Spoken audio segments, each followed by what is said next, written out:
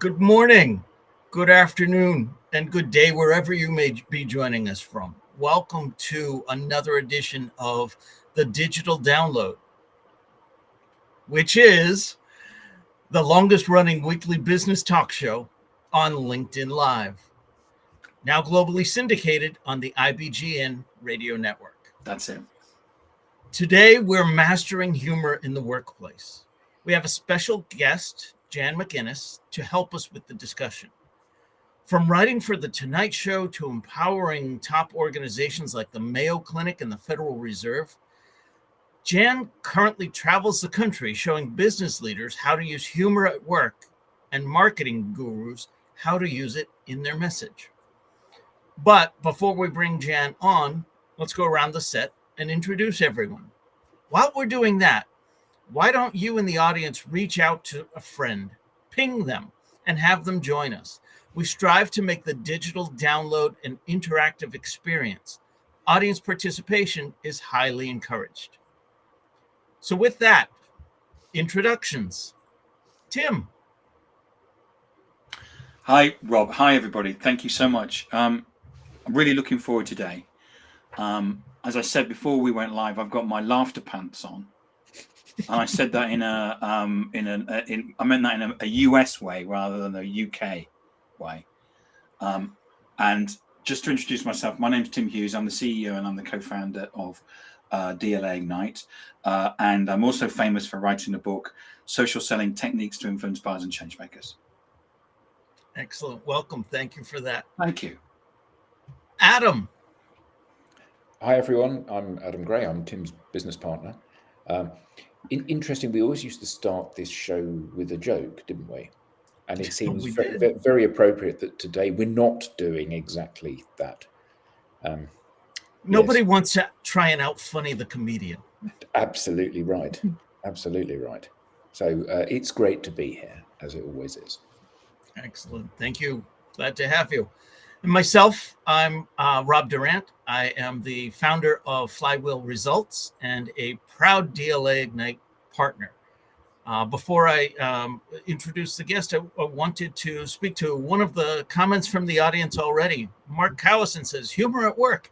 Adam Gray, are you in the green room? It's actually blue rather than green because there's a blue blind. But okay. Yes, it does look that way, doesn't it? That it does. As I said, this week on the Digital Download, we'll speak with Jan McInnes, a seasoned comedian, author, and keynote speaker. Jan will share with us her expert insights on using humor as a strategic tool in the workplace. Let's bring her on. Hello. Jan. Hello, Jan. Good morning and welcome. Thank you. Thank you for having me. You bet. Jan, let's start by having you tell us a little bit about yourself and how you got here. It's a long story. We got an hour. Oh, great. Been doing this, over 20 years, this comedy keynote speaking, comedy writing thing.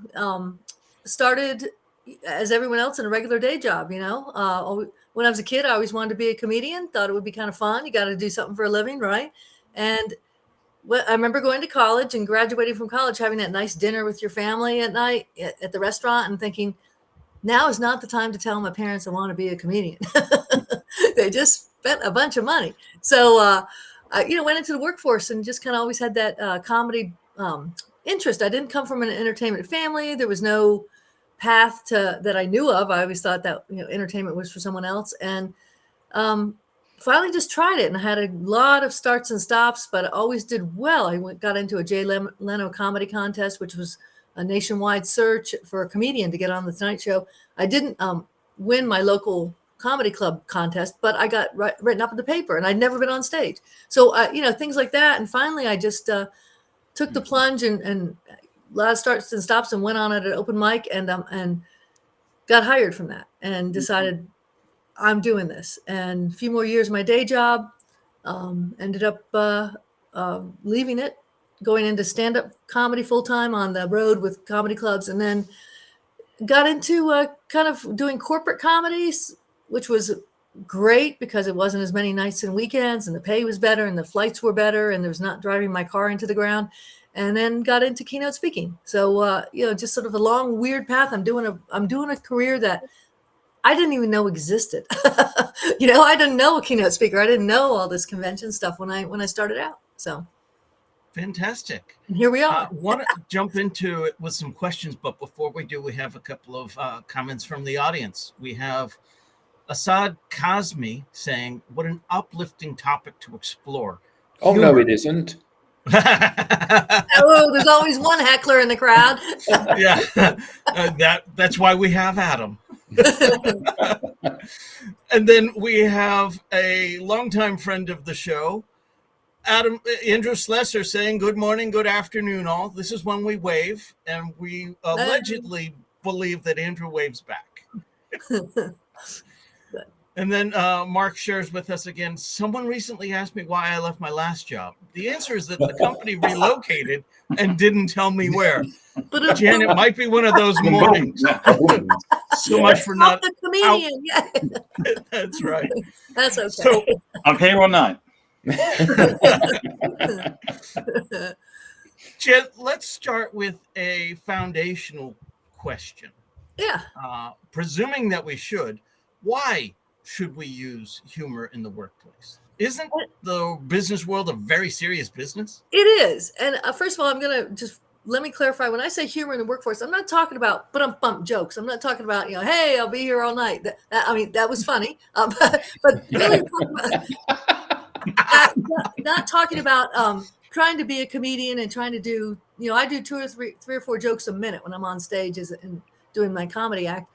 That's not what we're talking about. We're trying to talk about just using some well-placed humor. And again, we're not trying to make it killer belly laugh funny. You're just trying to kind of get people to relax, laugh, make a connection with others in the workplace. You're not trying to. It's annoying, isn't it annoying when someone, like I have comedian friends, hope they're not on this, that are always on, and that drives you nuts. You can't have a regular, normal conversation with someone.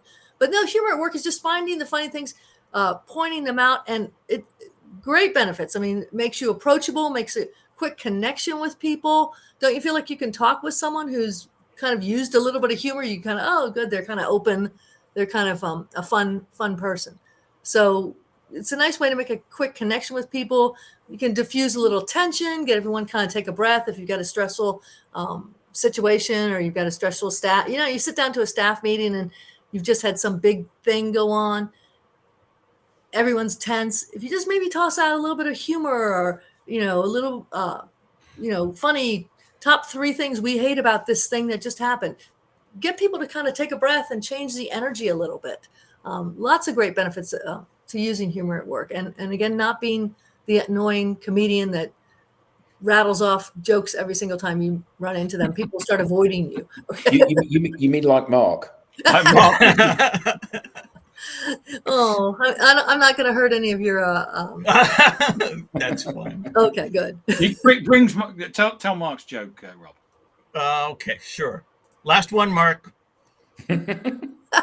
My doctor asked me to start a sales presentation with a joke, so I shared my paycheck as the first slide. It's all in the delivery. MD, managing director, not doctor. Okay. So yeah. Mark is your resident comedian? I'm not sure who that is. Yeah. Cool. So Jan, you said that humor in the workplace is not a stand-up routine. No. So what then are the rules for using humor, especially in business? Well, a couple of rules in business. First of all, use your common sense. Sex, drugs, rock and roll, probably politics, stay away from. Couple of big ones. And again, when you're in a comedy club, there's no rules. Be funny. That's your rule. But when you're in a work environment and you're just trying to point out some humor or start off with something, first of all, don't make fun of anyone of any group that you are not a member of. Meaning, if you're bald, you can, Tim, Adam, you can make fun of bald. If you're overweight, you can make fun of that. If you've had a divorce, you can make fun of your divorce. But don't make fun of someone else if you don't belong in that sort of group. And you can't, it's not something part of you. Watch going for the low shots. I mean, you don't want to be, sometimes they're really easy to make fun of someone or something, but you don't know, you don't want to hurt people's feelings. A good example, I guess, I did an event one time of 4,400 people, and they ran out of dinner for 1,500 people, and it was plated, and it was their employee appreciation banquet. All right. So the easy shot would be for me to go on stage and pull the curtain and look behind the curtain and go, hey, I found him. But the meeting planner was backstage crying. And this is probably 15 years ago.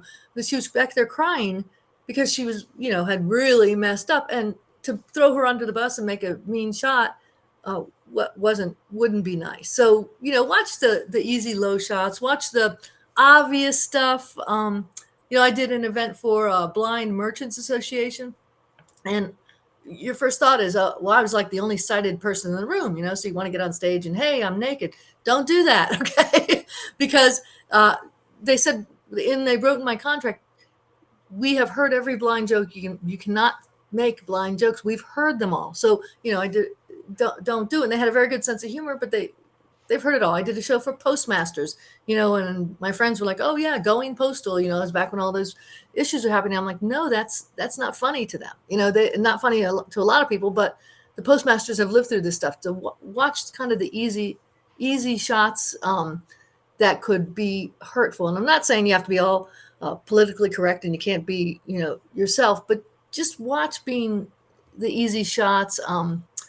I would say one of the big rules too would be just do what you think is funny too. I mean, aside from that, pull the humor out. Do something what you truly, if you think knock jokes are funny, do those. You'll sell those better, and you'll have fun doing it. So, pull the humor out that makes you funny, makes you think something's funny. Don't be looking around, does someone else think this is funny?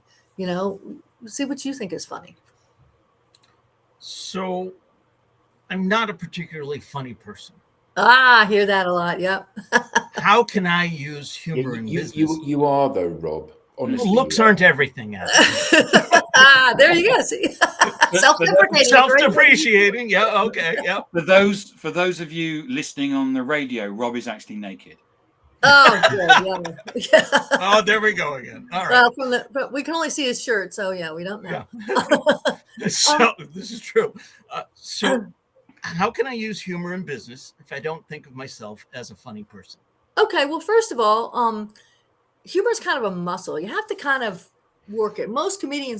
Many comedians, I wouldn't say most, but many are not naturally funny. I never thought myself was naturally funny, where, the Robin Williams and the, I'm not sure what UK comedians are, you've got a lot of big ones over there, but so stop thinking that you can't do it. Start looking around for the humor. It's sort of a muscle. You want to start practicing. Comedians, we just know where to look because we've been doing it so long that it instantly. Well, yesterday I got, it's been pouring rain here in Los Angeles, and I got my water bill in the mail, and it was soaked. I'm like, oh, that's a little ironic. I was at a casino working a corporate event recently, and I walked by a room. Thankfully, it was not my hotel room, but the maid was in there cleaning, and she was smoking. I mean, okay, little irony there. So, comedy, a lot of comedy is finding the irony in situations, pulling out sort of the disconnects, the things that don't make sense. So, start looking around. I mean, we go to the same job every day. We do the same commute. We don't pay attention.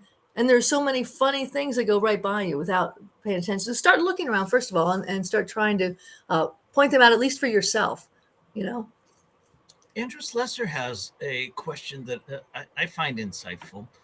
How does self-depreciating humor work within the workplace? What do you mean? As far as, I think it's a great way. Why would I want to show my employer and those that I work with my faults? Well, you're not necessarily your faults. I mean, if you're talking about, I don't know, like I do jokes about my big feet. I have a size 12 AAA, which is a very large foot. Wow. Yes, thank you very much. Making me feel good already. You can joke about some things like that aren't, you don't have to go in and say, yeah, I really screwed up that report yesterday. We're not going to get that, that client. You can use it about yourself I don't think it's pointing out faults. People know, well, they usually don't know if you've got a large foot, but they know if you're bald or if you're on a diet and you're trying to diet, people can relate to that. And you can have some fun about, I had to eat, carrots today or whatever was on the diet that day. So, and it kind of connects people to you. You get that instant connection. It's not, you don't have to be mean to yourself and put yourself down. You just point out some funny things that have happened to you. So, what are some ways for finding humor in the workplace? Well, pulling out ironies is a great way to start looking around at what are the disconnects, what are the things that don't make sense. And after a while, they just pop out at you, and you start looking around. Finding, if you want to show people you have, you can do, I don't know, if you're writing a memo and you want to get people's attention. One part of using humor in a workplace is grab people's attention. All right. You want to have some fun. You want to get people to read your email or something. Have a fun subject line, say something counterintuitive, that people, I don't know, cats are better than kids or something counterintuitive that makes people go, oh, wow, what's she talking about? And then you kind of look in, it's sort of like a headline. Have some fun with that, or change around if you want to, an idiom. Idioms are like, give me an example of an idiom, like a penny saved is a penny earned, a penny saved is a penny earned, and change that around a little bit to make it funnier. Penny saved is a penny earned. So unless it's on your, I'm not doing a very good job at the last at 6 a.m. coming up with a quick idiom, but change an idiom. You can do some fast things. People recognize idioms. Oh, that's funny. Change it around to work with you, and using a little bit of humor. And so we've got some really interesting comments. A conversation going on between Mark and Andrew in the audience, where Mark has said, depending on your role in an organization, you really need to consider how the audience interprets what and how you say things. Get humor wrong and you can lose credibility with some employees. And then Andrew says, for me, it shows that you're willing to make yourself the butt of the joke, which I guess makes you more approachable and more friendly. Human, yeah. Human, yeah. And then Andrew says it's about knowing your audience, which I guess it is, but I guess to a certain extent, it depends on your role within the business, doesn't it? So yeah. If you lead a team of gung-ho salespeople, then actually it's a bit of a laugh and it's a bit of fun. And I'm going to use an idiom. I'll pick Rob because he's really stupid. Oh no, that's idiot. See, no. But, I mean, you crack the jokes and it's a bit of fun. But if you're the chief executive of a large organization with shareholders and investors, particularly if it's having a tough time, probably humor is I don't know. Absolutely. Is it still usable? Right. Know your audience. If you're going into a meeting where it's, and I say, first of all, you're trying to diffuse a little bit of tension. Don't use humor if there's a lot of anger. If you're angry about something or the situation is, don't use it because it comes off badly. You're just trying to get people to take a breath and have some fun. If you're the CEO, I've joked around with CEOs at companies, and they've said to me later, "Thank you for making me look human to the staff." But again, it's not mean humor. It's not like, oh, look at him. He's, weighs 800 pounds and all, you don't do that. You can find a little bit of humor in the day-to-day stuff. I mean, you're not a CEO. You don't have to do the self-deprecating, but you could find a little bit of humor in, what you ate on your diet today or what you did on the way to work. And it doesn't mean you're making yourself look bad to your employees. Certainly the type of humor you use is really important. And again, if it's a really, meeting where you feel you can't use humor, don't. Start with smaller, easier meetings and build up. Comedians start with, 3 minutes at an open mic, and then we build to 60, 90 minutes because you can't do a lot of humor. So try to just do it, add it in gradually and in easy spots where you think you'll get a little bit of success. And do it. Don't do it thinking I'm going to be a comedian or I'm going to add this humor in. Do it casually, and don't put a lot of pressure on yourself. Oh, I hope they laugh when I say this. Just point out something funny. Start something funny, or kick off a conversation with something funny that you noticed on the way to work or whatever, and get into it that way, you know? So are the rules different for leaders when it comes to using humor? I would say you would have to, well, you have to know your audience.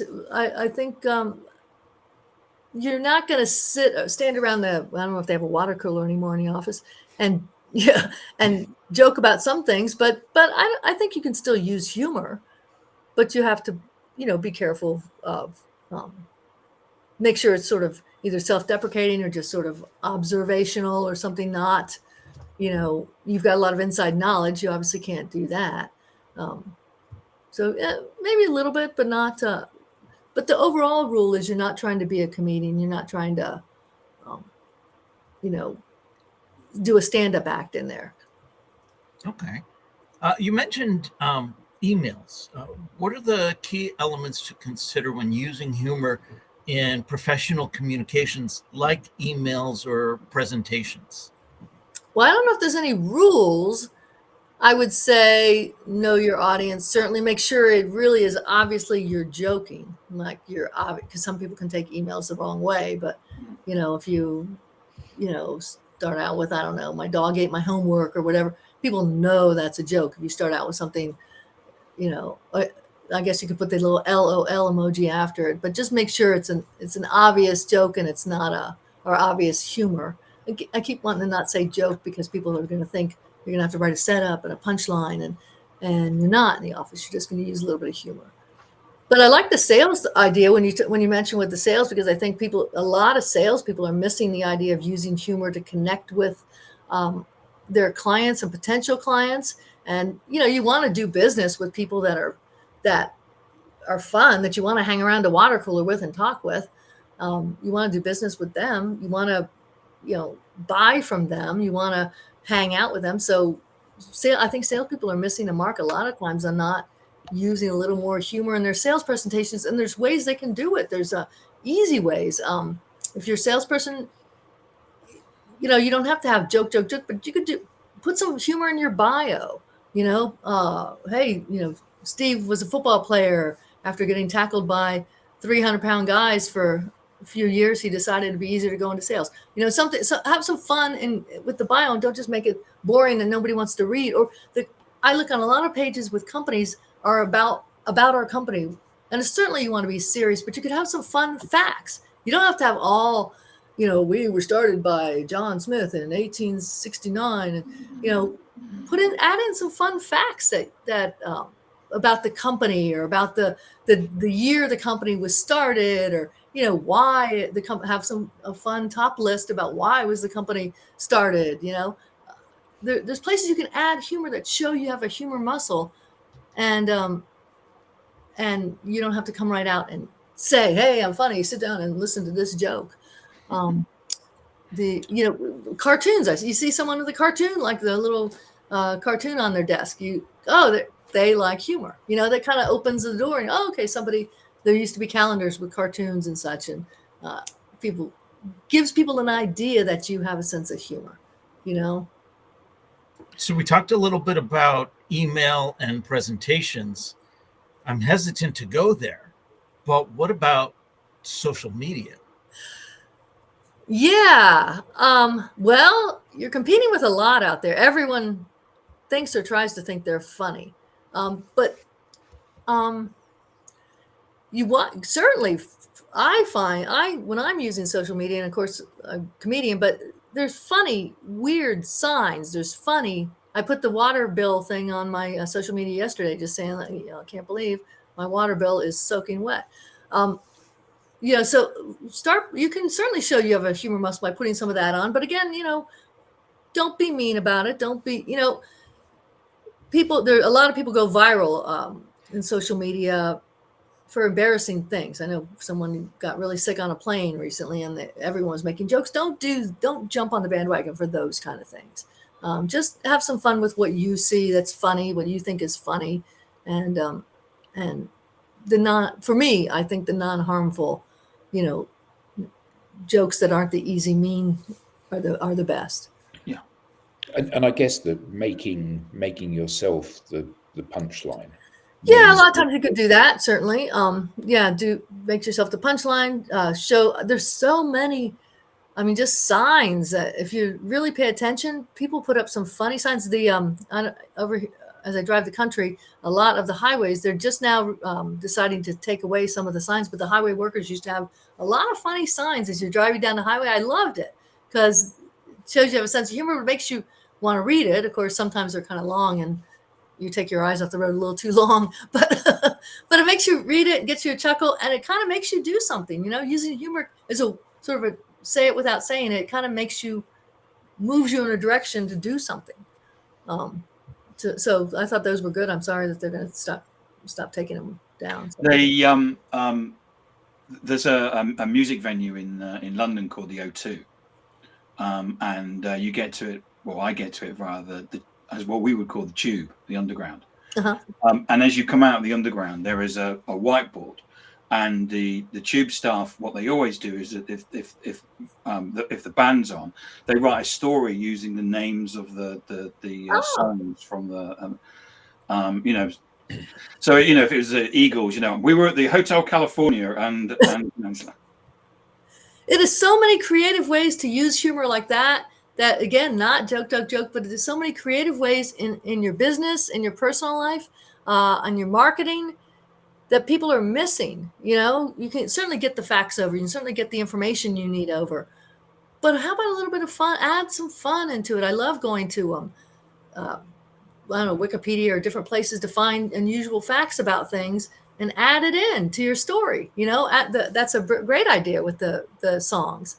Get people to laugh and, oh yeah, that song, I remember that. And it makes people stop and read it, gets people kind of excited for the concert. Great idea. So the reason that I'm using humor is to humanize me and make me more accessible and less intimidating to people. Yeah, is that sure. right? Yeah, one reason for sure. I mean, it's a good way, like I said, to diffuse tension. If you sit down to a staff meeting and you want to kind of kick off with something, like a top list of if something really weird just happened, no more free coffee in the break room, something like that, and the top 3 reasons we hate this, or you can acknowledge. It's a way to acknowledge too something that's on everyone's mind. Sort of get the big elephant out on the table. So a way to acknowledge what's on everyone's mind without going up and saying, "Hey, I know we just did this big policy that everyone hates," But if you don't talk about it, if you sit down to a staff meeting, everyone hates this new policy, and you're not going to talk about it, people are still thinking, "Oh my goodness, she doesn't know or he doesn't know what we're going through." They're not going to address this at all. But with humor, it's a great way to address it quick and move on. You watch comedians on stage; a lot of them will. We talk about addressing what people see first. As a comedian, if you walk on stage and you're really tall, or you're really overweight, or you have a noticeable disability, or you look like a famous comedian, you want to address that right away.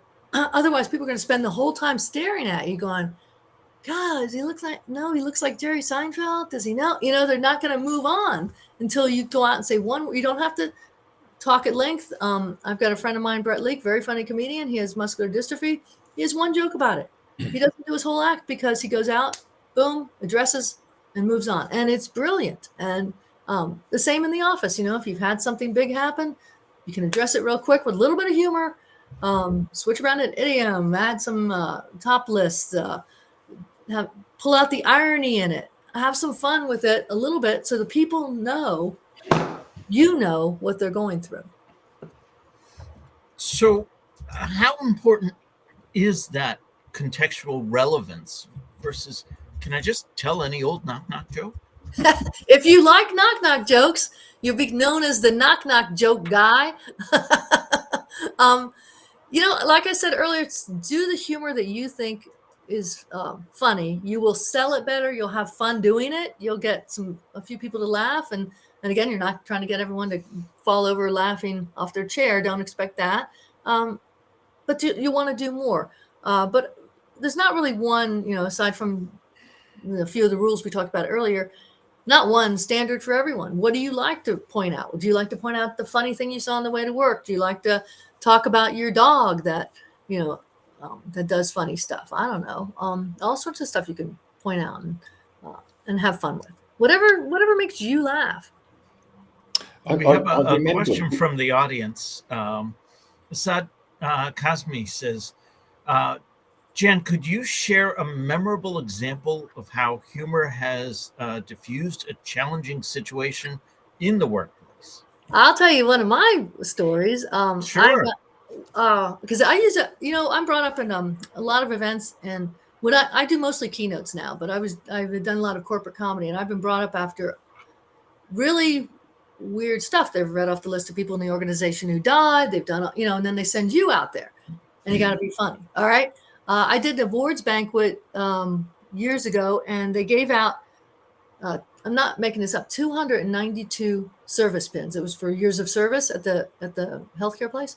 292 people got up, walked to the stage, got their pin, walked back. We literally sat at the table, crossing them off, and about midnight or so, they sent me up there. And so I can't go right into my act. People don't even want to be there. The people that stayed. So I kicked off with, good evening, everyone. I think I got my 5-year service pin just sitting here, and got everyone connected instantly with the crowd. And the people that were on the fence of staying stayed, right? I didn't do the hour I was going to do. You'd have to also use your brain on that. But I kind of pointed out what was going on in the room, what everyone's on everyone's mind, and kind of diffused the tension and got people to go, okay, we're going to listen, we can stay for a little bit longer. So yeah, there's a lot of ways to kind of diffuse some tension and kick off a tough conversation, use a little bit of humor, Do you have any exercises or things that you practice regularly to help you develop quick-witted humor? I would say the looking around your environment a lot. I mean, really pay attention to when you're driving, excuse me, or when you're going out to the store, to your office.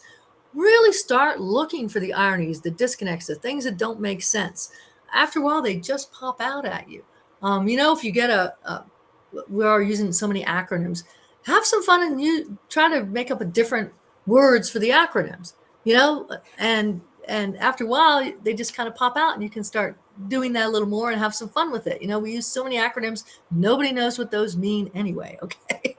So just have some fun with it. And after a while, it'll kind of come more naturally. Rob said there's some great comments if you go down. So there's I can push it up, can't I? So Oliver said an idiom, we'll burn that bridge when we get to it. Oh, yeah. Oh, okay. Isn't that great? Yeah. We'll burn that bridge. Yeah, see? That's funny. So and those are easy things. Good thing with idioms and top lists and things like that. They're familiar to people. They think you go in one direction, you go a different direction, but they're familiar. So people stop and listen or stop and read it or whatever. And it's a way to show you've got a humor muscle without saying it. Some people don't want to say the humor, but there's ways to show you're funny or that you have a sense of humor without actually getting out there and saying it. Like I said, cartoons, on your desk, idioms, top lists, things like that. And Azad makes a really good comment, which is, can we consider humor synonymous with sarcasm? And I think it's really yeah. I think it's know the difference. Yeah, but you know what? Watch when you're doing the sarcasm that is. I like sarcastic humor, but don't do it. There is a bit of delivery when you do sarcasm. The problem with sarcasm is that it's often seen as bullying. Mm. So, yeah. So you have, you have to be a little careful on sarcasm and how and it really is how you say it. I mean, if you say a joke one way and another comedian says a joke another way, people take it 2 different ways. So who was it that said sarcasm is the lowest form of wit? Oh, really? And then someone said that wit was the highest form of humor. Somebody doesn't like humor. Oh, yeah. No, I mean, use it all. Use everything in your toolbox with what you feel comfortable with. again. I had a sales guy. We were doing an account review, and he meant to say he was talking to the head honcho because he tended to talk in cliches, but he said that he was talking to the head poncho. Funny, yeah, changing. And you mentioned joking around with leadership. Sometimes they know when you're in the company eye, not making fun of the CEOs and the leaders, but they know when they go to a conference, something can be poked fun at, right? Because they're the people that are sort of in the spotlight. So, kind of goes without saying, you can have sometimes a little bit of fun. I have done events one time where they said, don't talk to our CEO, but don't make, and it's like, okay, fine. I always ask, is there something, are there things in the office that I can have some fun with that people know? Like, I don't know, the computer system goes down all the time or whatever. I also ask, are there people, do we know something about, like Joe golfs all the time. He likes to golf and we can have some fun with that. So some parameters when I'm trying to figure out what I can joke with. So Mark Harrison says, what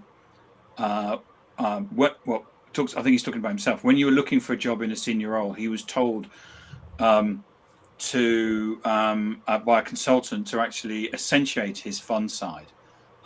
Mark is the person who's been telling the jokes that we've been reading out.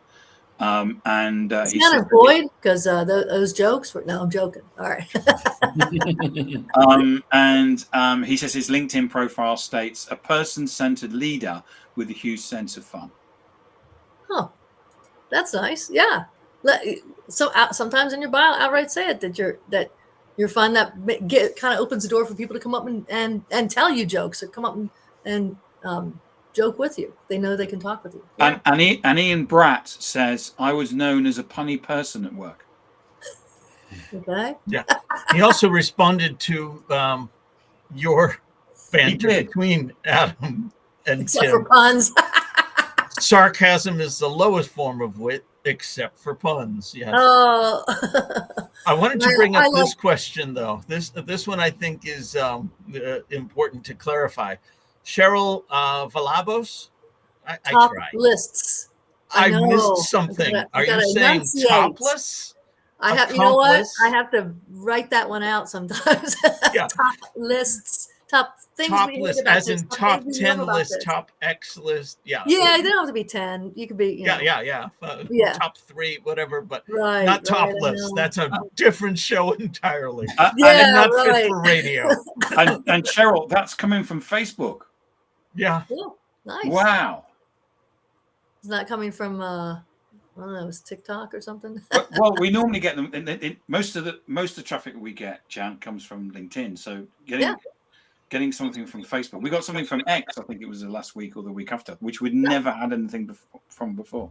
Nice. All right, breaking new ground with our humor. Yeah. So yeah. And then Mark shares, you also need to consider different international location. Humor or sarcasm in one country may be interpreted as bullying in another. Right. And that's not just geographically, that's thinking culturally as well, isn't it? Yes. And I'll tell you, early on in my comedy career, I got myself in a little bit of a pickle because I did I had a nice call with the group and they gave me some great, it was a company, I won't say what they did, but it was a company you could have a lot of fun with. And they gave me some great information about the company, and it was the what they sold was very funny. And so I went on stage and did a few jokes about it and was just killing. But the CEO, who was not US born, was sitting at the table, and the glare could have killed me. I mean, he hated me. And I did about 4 jokes in, and it was killing. And I mean, at one point I stepped so I could get the centerpiece in between me and him. So, and I thought, and the jokes weren't mean at all. They were just funny, like, jokes about some of the product. But I stopped after and went into my act and had a great show after that, except for him. He didn't like me at all after that. Later they said, oh my goodness, we didn't we didn't take into account our CEO, that doesn't think it's funny to have fun about the joke about the company, even though they were not mean. They was not making fun of the product. I was joking around it and just having some fun in general. And so I learned a lesson on that one. So that's really about reading the room, right? Well, the room was doing great. Everyone except for the CEO. And sometimes that's the only person you have to make laugh. I've been in rooms where I didn't think I had a good show at all. And I tell the agent afterwards, boy, that was a hard show. And get a call the next day and go, the CEO loved you. And that's the only person I had to make love me was the CEO. But I still didn't, think it was a great show. So there's a parallel there with sales and reading the room and reading your ideal target audience. Right. Don't go in you don't want to go in with a prepared, I'm going to say these jokes. Because you got to toss out a few things. And if it's not, as any salesperson knows, if it's not the direction you should go, stop, What are those cues that you're picking up on? Well, this guy was the arms folded, glaring. Yeah. You can tell by people's body language. I mean, if people are enjoying it, think it's funny, think you're being silly, think or think you're being a jerk, you can tell pretty quick. But so pay attention. Certainly situational awareness and what's going. In fact, I've gotten myself in trouble when I'm not paying attention to the whole room. I did an event one time, and mostly women, and there was one guy in the back of the room, really cute guy, about maybe early 20s, right out of college. And I started joking with him about dating, and I saw him get really embarrassed, so I stopped and I went on and just ended up the show. And afterwards, the women came up and said, "Oh my goodness, we're so glad you joked with him. He never talks about dating." And I felt terrible because he didn't want any attention. He was sitting in the back trying to, be quiet, and I didn't pay attention to his body language. Luckily, I didn't do much on him, but I still thought, okay, they might have thought it was funny. I didn't like that I did that. So yeah, I do think there's a big gulf, isn't there, between what is acceptable depending on which environment you're in. So, you go to a comedy club. I've been to a comedy club, and if you have to go to the bathroom, oh dear, it's all sorts of a whole world of pain. So like this guy that you had the joke with about dating, they see that you're uncomfortable with the fact that you're the center of attention, and they just love it. And then they go for the joke. Yeah. But obviously, when it is a more formal business context, it's great to inject a bit of humor. But don't keep pounding it. Yeah. Yeah. In this country, we have a group called the Institute of Directors, and everybody who runs a company can join the Institute of Directors. And they have lots of local groups, as well as having the big headquarters in London. They have lots of local groups around the country. And some of those local groups are active. They have like monthly breakfast meetings or lunches. And one particular one that I went to when I lived in just outside London, there was every month they had a breakfast, and every month they had paid for a speaker to come. Mm-hmm. These speakers would talk about business by comparison with sport or whatever, and there would be a sportsman that would come along and speak, and there would be someone else that's famous for this. And this one guy had been a company director, and I forget which company it was that he was the chief executive of, but it was like a global organization. And he'd retired. Is this Ratner's? It isn't, because he's a brilliant speaker. But this guy, it wasn't General Electric, but it was something like General Electric, a British company. And he stood up, and everybody in the audience thought, this is going to be brilliant, because he's going to share some of his experiences of running this like uber successful organization and how he had transformed it during his tenure as chief executive.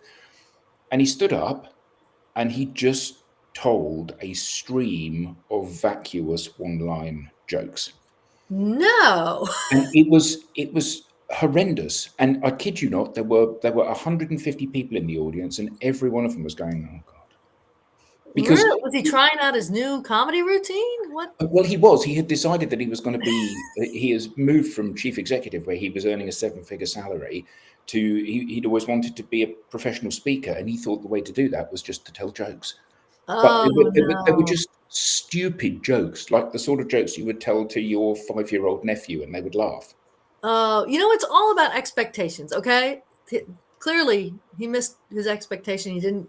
Whoever he talked to, he didn't let him know what he was, or figure out what he was supposed to do there. Because, God, a lot of different ways to go with this. In comedy clubs, you mentioned comedy clubs. People are afraid to get up. When people hear a comedian at a corporate event, sometimes they're afraid. It's like, no, it's a whole different animal. Funny speaker at a keynote at a convention, whole different animal. Comedy club, the comedian has to win. We have to be the funniest in the room. We have to make fun. We can do whatever we want. In the corporate world, we have to. Sometimes the CEO, you can't always be the winner. When somebody's yelling something at, someone's drunk or something yelling at you, you can't slam them like that, And people a lot of times hear it as a comedian, they're like, "Oh no, it's just going to be a bunch of jokes or a funny keynote speaker. Oh, it's just going to be somebody up there telling jokes," and that is such not what I do anyway. Kick off with some humor, but use it and show people how to use humor in business. I don't go up there and just joke.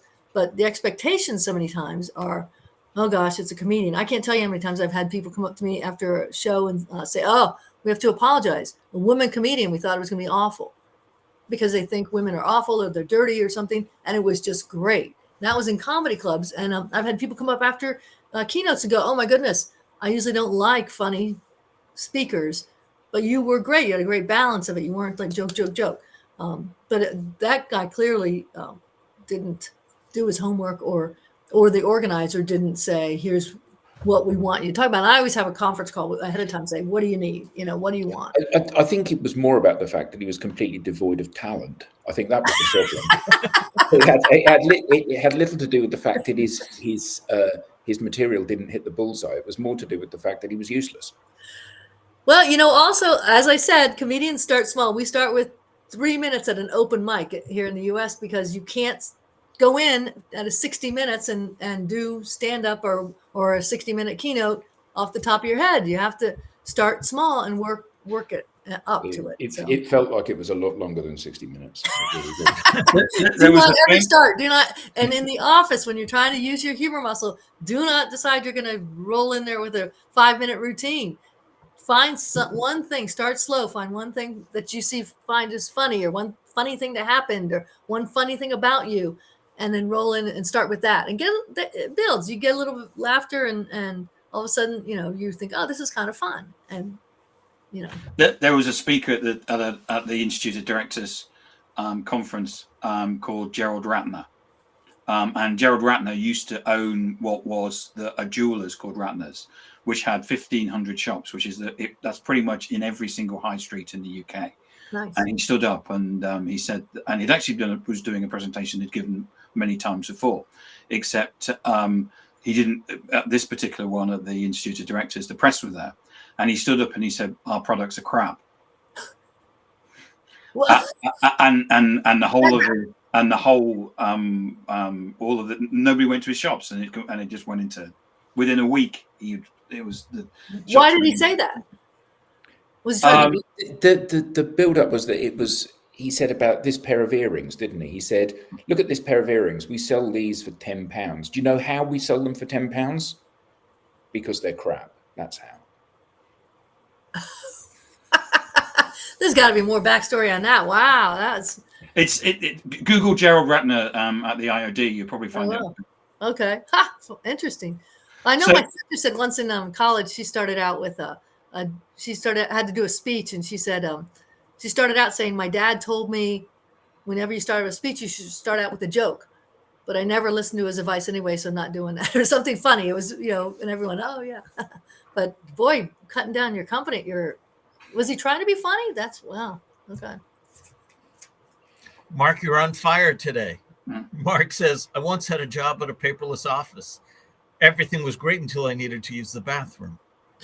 All All right, he's getting better. See, they get better as you He's warming up. He's more, Yeah. yeah, right. So Mark actually makes the comment. He said, "What about ornaments and pictures in the office? I have some in my office that are funny conversation starters, e.g., John Wayne film styles. It helps break the tension with customers and suppliers." Exactly. And Andrew Slesser responds to Mark saying, "Get off your horse and drink your milk." Okay, see, but it does. Yeah, things will spark humor or let people know you have a that you're open to humor, that you're funny. You know, you don't always have to be saying it. Put some things in your. Is everybody funny? I think some people are funny without being trying to be funny, aren't they? There was a friend of mine that once someone referred to him as having a self-defecating sense of humor, which obviously was a great deal funnier than they thought it was going to be. Yeah, I don't know if everyone's funny, but I think people can be funnier than they think they can. I would say that, and I think a lot of people don't even go there because they think, that's somebody else. You know, I was only told one time I should be a comedian back in high school. That I was funny, rather not be a comedian, but that I was funny. Back in high school, they have those superlatives, like at the end of the year, like best dressed and most athletic, and I'm better than you. All those things they vote people. And my friend Judy said, "You say funny stuff. I'm going to put you down as funniest." So I got 2 votes, me and Judy. But at our high school reunion years later, she said, "Oh, you're a comedian. That's just great." Everyone else was like, "Really? You're a comedian? Like, are you still living at home with mom and dad? Because we've never heard of you." So, you know, just because no one thinks you're funny doesn't mean you shouldn't go out and try. Why not? Yeah, absolutely. So, yeah, you have some good comments there. Your buddy Mark is getting better. Yeah. Any other thoughts on do you guys? Have you got any more questions? Yeah. Oh, more questions. Great. I didn't see anything else. Did I miss one? Do's and don'ts in the workplace. Yeah. What about? Oh, yeah. Adds to everyone. What's your take on the do's and don'ts of the workplace wit? I kind of gave a few rules, but I would say, yeah, just don't only make fun of a group you're a member of. You know, you can self-deprecating humor. Don't go for the cheap shots. Don't go for the obvious things that people have heard a million times. People are a little tired of that. Do the stuff that you think is truly funny. Watch, you know, as I said, sex, drugs, rock and roll, probably politics. Watch hot topics that are divisive. You know, don't make fun of someone's effort. If somebody did a lot of effort on something and there's something on a big party, say, and I don't know, that one of the decorations looks horrible. You know, if you didn't do the decoration, don't make fun of that. That person might feel bad. If they're making fun of it, sure, you can have some fun, but don't go in there and cut down other people. For workplace humor, you know, we're comedy club, say what you want. Sounds good. Yeah. Jen, this has been great. Thank you. Brilliant. How can people get in touch with you? How can they learn more about you? My website, because nobody can spell my last name, McInnes. So they all want to put a G in it like the beer. So you can go to LinkedIn. You can Jan McInnes, if you can screenshot that. Or my website is theworklady.com. I did a lot of work humor, so theworklady.com.